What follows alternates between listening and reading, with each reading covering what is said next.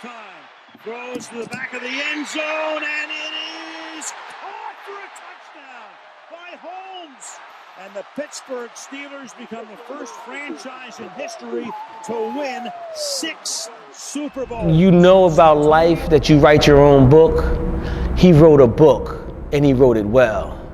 If I had to describe myself to somebody that doesn't know me, I would say I'm an intense person, hardworking, very, very competitive.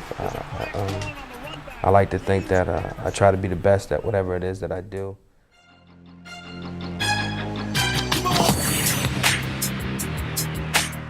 Growing up, my favorite football team was the 49ers. I wanted to be like Jerry Rice. I wanted to be a wide receiver in the NFL, but it just didn't work out that way. He was 180 pounds as a grown man playing in the NFL, and I was probably like 160 as a 5th grader. So I always had him basically in some type of activity, whether it was sports, football, softball, Boy Scouts, activities at the church. So I always kept him active. Started playing football back in like 93, when we first moved to New Jersey from New York. My mom and dad got me and my brothers involved in a lot of activities, and football happened to be one of them. And it was something that me and my brothers were drawn to. My grandfather loved the game of football. He didn't have the opportunity to play, but he was very passionate about it. I can remember him coming to a lot of my practices, a lot of my games, giving his words of advice, ripping my coaches and telling them they don't know what they're doing. When he got off of work and he knew Darnell was practicing, he knew he was going to stop by the high school. He was going to watch the practice. He was their biggest fan. I think at the end of the day, his love for the game trickled down to me and my brothers, and it's something that became a passion of my family's. I had an immaculate support system. I have a lot of friends and people I've known that struggle because they don't have the support system at home that I had, and you don't realize how blessed you are until you get older and you realize what having it hard really is. And I had both my parents at home. I had grandparents who stayed on me, and I don't want to say they made it easy, but the fall wasn't far. Every time a bump hit the road, there was people that had advice, that been there, done that, and it was easier for me and my brothers to be successful, to put it that way.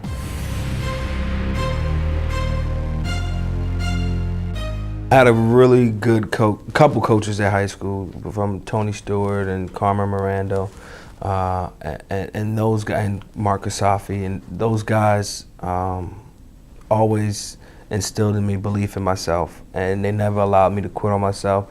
I can remember many times that we wouldn't stop running until I would make it past, the conditioning test or whatever it may be. But they really pushed me to find out how tough I truly was, and that essentially that your mind handicaps you at times. If you tell yourself you can't, you won't. And if you tell yourself you can, odds are you will accomplish it. So they taught me a lot about myself, about how strong I am as a man, how competitive I am, and how bad I want things. I can go out there and attain them. You come across people in your life that have an it factor. Darnell was always, because he was so big, would be the last person sometimes coming across. When we started, he was the last. And it's not that when he finished, he was the first, but when he finished, he was no longer last. He was, second to last, or sometimes 4th from being last, or sometimes even 10th. But what I remember is that he never gave up. I think it might have been sophomore year. Chops was in place, and it kind of stuck over the years. Actually, some teachers still call me Chops. The hind parts in your body are considered chops. And in football, chops are very important. And he had a nice set of chops. So the nickname was fitting for him. What is chopping? I have no idea. I think maybe because I'm a big person, pork chop, something like that. You know what? If he doesn't know, now he knows.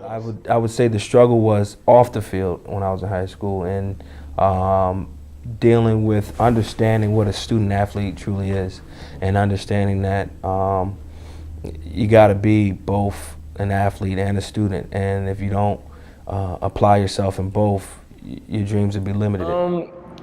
I saw a fighter.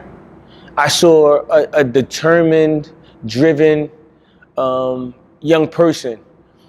And I remember telling Darnell before he left, and I hope he remembers this, I told him, always stay low and never stop your feet from moving.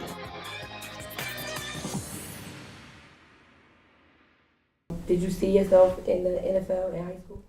Yeah. I'm a firm believer that you got to envision things. My mom always used to tell me, claim it and it'll be yours. And at the end of the day, I always visioned myself playing. I just didn't know where. I didn't know how. But I just saw me making it to that. Rutgers did recruit me. They offered me a scholarship to go there.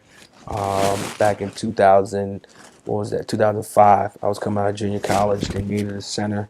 I kind of fit their needs to fill a spot up front, and the rest became history.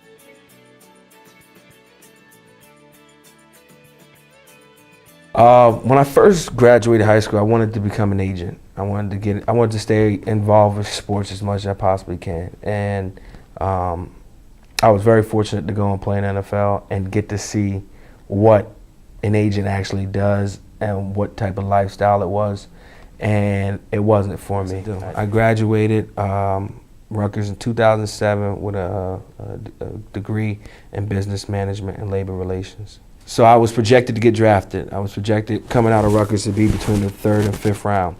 Now, sometimes people don't draft centers, and that year they only drafted 3. 3 of the guys got drafted ahead of me, and I had about 7 or 8 offers from different teams, and I sat down and kind of looked at my situation, where I had the best chance to make the team. Pittsburgh had a guy that just retired at center. They had a young guy backing up and another guy that was a little bit older that was expendable. And it just made sense for me to go there and compete because I had the best chance there to make the team. The major difference from college football to professional football is understanding that now it's a job. In college, it was you were trading your athletic abilities for an academic scholarship. So I know a lot of players say they don't get paid. Essentially, you do get paid. You're providing your skill set for reimbursement and tuition. And in the NFL, it's a little bit more cutthroat. You got to be one of those elite competitors because any day you could lose your job. You know, if you live in that world where somebody wants your job, and if you're not on your P's and Q's, somebody can have your job. It brings out the best in a lot of people.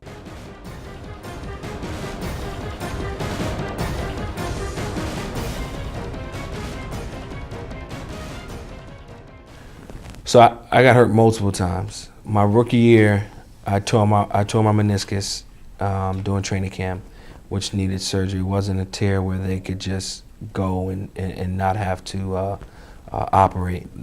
Later, towards the end of my career, I had, which is common in a lot of offensive linemen, defensive linemen in the NFL, which signs of early arthritis in my knees. Being a big person, playing the position that we do, you got to bend all the time. I wore a lot of the cartilage out of my knee, tearing my other meniscus and having to have surgery on that one as well. Came back from that, but knees were never the same. I couldn't. It was hard to move. One day, while he was there, he said, "Ma, I don't know how much longer I can do this," and it kind of like brought tears to my eyes, and I was like, "Son, when you've done all you can, you just stand."